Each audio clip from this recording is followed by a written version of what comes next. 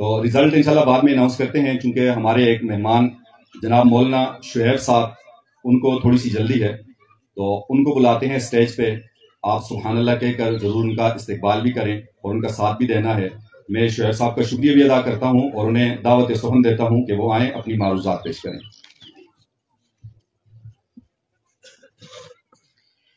نحمده ونصلي على رسول الكريم اما بعد فاعوذ بالله من الشيطان الرجيم بسم الله الرحمن الرحيم انا نحن نزلنا الذكر وانا له لحافظون صدق الله العظيم. میں انتہائی مختصر سی بات آپ کے سامنے کروں گا. ایک حدیث مبارکہ انشاءاللہ آپ کو سنا کے پھر انشاءاللہ اجازت چاہوں گا.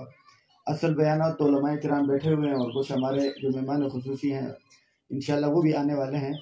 سب سے پہلے تو میں انتظامیہ کو اور اہل علاقہ کو، آپ یقین کریں گے جب مجھے دعوت دی گئی کہ باڑا کے پروگرام دے، نماز باڑا کی بسنگ کا پروگرام ہے، لیکن آپ لوگوں کو دیکھ کر ماشاءاللہ بڑی خوشی ہوئی.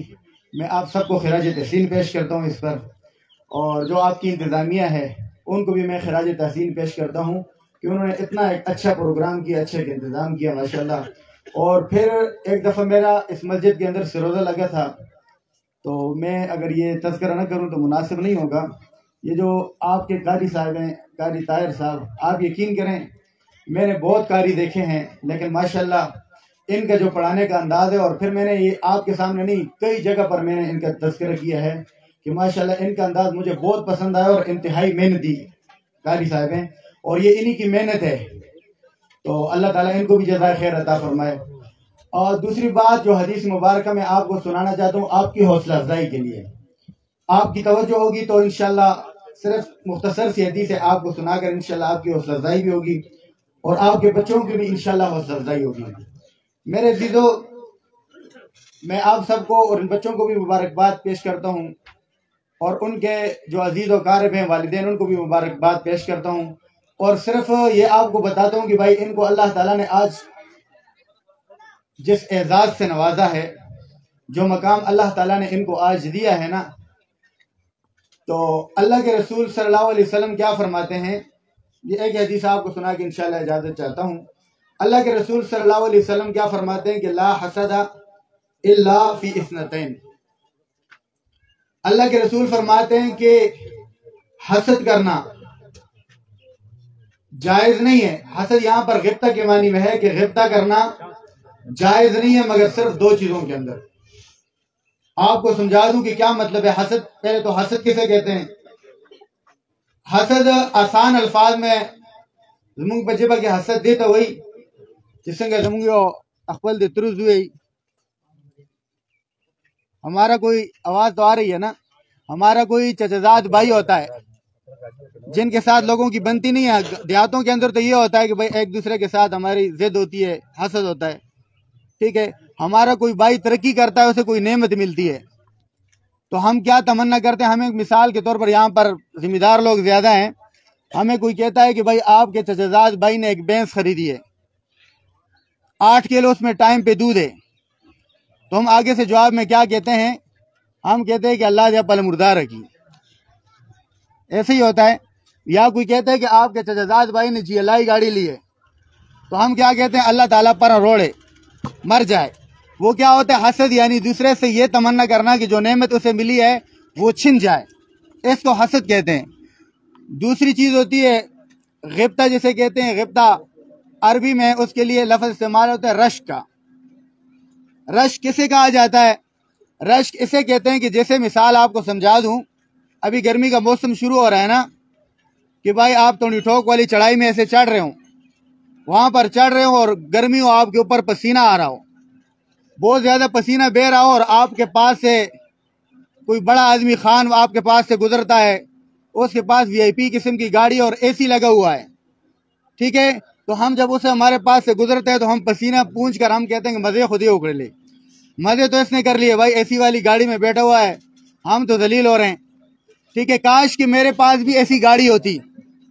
یہ اسے کیا کہتے ہیں؟ ہم جو یہ کہتے ہیں کاش کہ میرے پاس بھی ایسی گاڑی ہوتی، اس کو رش کہا جاتا ہے.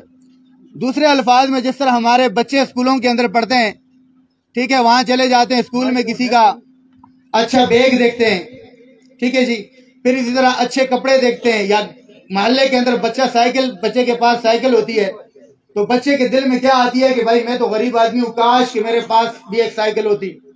ہماری خواتین شادیوں میں جاتی ہیں، شادیوں میں آپ کو پتہ ہے خواتین کی جو عادت ہوتی ہے، ٹھیک ہے، جس نے انگوٹھی پہنی ہو، پھر چوڑیاں پہنی ہو تو گلے میں ہو تو وہ بھی کوشش ہوتی ہے کہ سب کو دکھا کے چھوڑنا ہے۔ تو اس وقت جو خواتین دیکھتی ہیں تو پور تجکل زم کا زنانہ راشی اگر ایسے ہوئی فلان کے خط ماشاءاللہ مزے خو آگے اکڑ لے درے تولی آگے تکالی پراتو بغاڑا کیا 2 تولے بلاس میں بنگڑی ہوں مزے خو آگے اکڑے ارمان دے چما سغم دا سے ہے۔ اس کو کیا کہتے ہیں؟ رش کہتے ہیں۔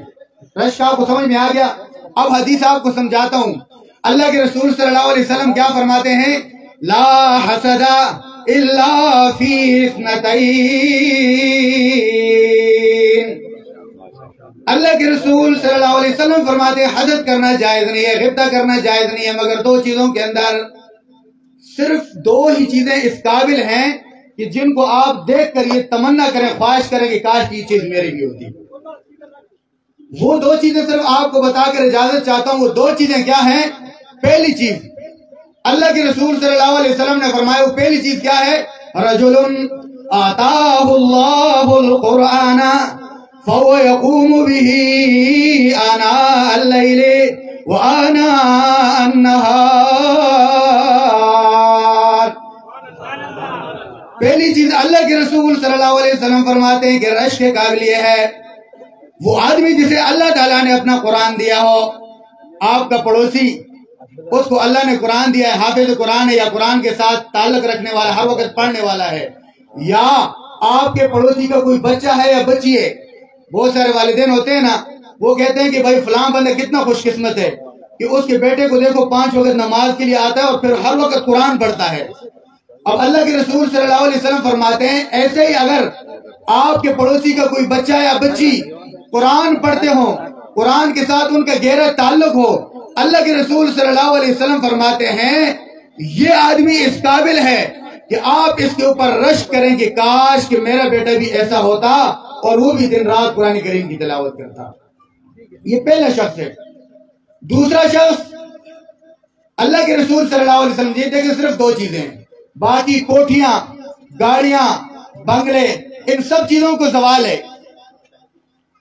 یہ قرآن تفصیل میں نہیں جاتا، یہ انسان کا وہ ساتھی ہے، وہ دوست ہے جو نہ انسان کا ساتھ قبر کے اندر چھوڑے گا، نہ وہ میدان محشر کے اندر اس کا ساتھ چھوڑے گا۔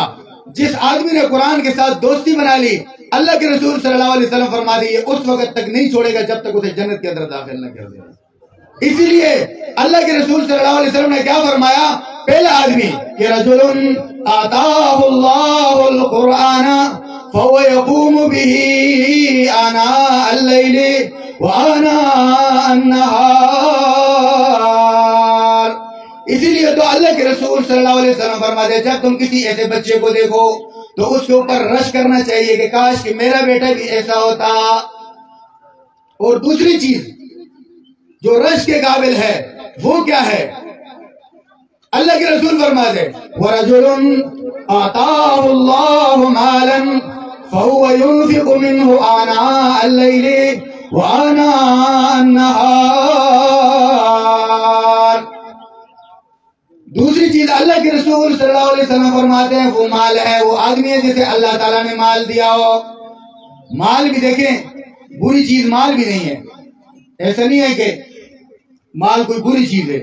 مال کی 2 قسمیں ہوتی ہے، ایک مال وہ ہوتا ہے جو برا ہوتا ہے انسان کے لیے، دوسرا مال اللہ تعالیٰ کی بہت بڑی نعمت ہوتی ہے۔ تو وہ کون سا مال اللہ کی نعمت ہے؟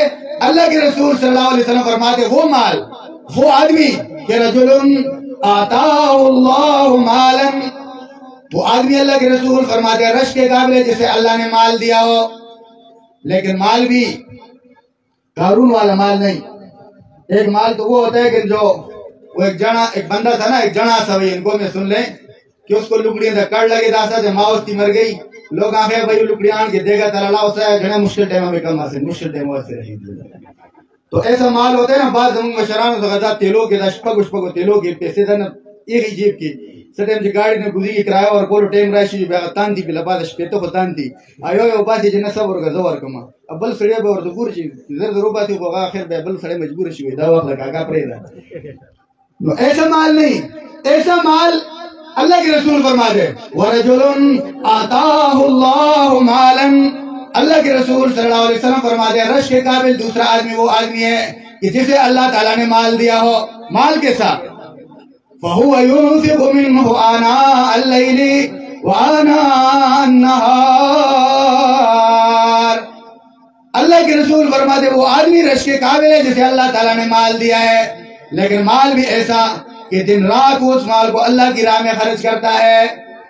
آپ کا پڑوسی آ گیا زوی میں نہ جوڑا دے اسپتال ته زما 1000 روپے را کسڑے ما سو کم دن راوړي اسے ہوتا ہے نا بل سڑے راشي چې کاکا د ازمکه خرڅوما د شپېتو لږ ازمکه سړي هو کې پتا باندې خرڅوم یې صبر وکړه وسې در نقد لاس کې راکوم ها بیا څه ټیم چې د دوی وادي پکې دا کوسراګان ډمان چې راولي ورته کاکا ته د پیسې نه وای وادونو هر ورځ وادونو خو کې واده کله کله کیږي لیکن جب دین کی بات ہوتی ہے مدرسے میں دے دے قاری صاحب کو دے دے مسجد میں چندہ ہے بہت کوئی اور خدا ملیان نہ پریدی یار وقت بس جمعتون لکھ سمر جمعتون جوڑا ہوئے وسرے ایسا مال نہیں.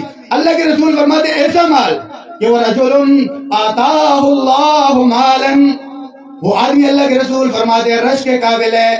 ایسے آدمی کو اللہ کے رسول فرماتے ہیں کہ دیکھ کر رش کیا کرو. کیسے آدمی کو فَهُوَ يُنْفِقُ مِنْهُ آنَاءَ اللَّيْلِ وَآنَاءَ النَّهَارِ، کہ جو دن رات اللہ کے راہ میں خرچ کرتا ہو. اللہ کے رسول فرماتے ہیں یہ آدمی وہ آدمی ہے، ایسا مالدار وہ مالدار ہے. اللہ کے رسول فرماتے ہیں کبھی آپ کو بھی ایسا مالدار مل جائے نا اللہ کے رسول فرماتے ہیں یہ رش کے قابل ہے.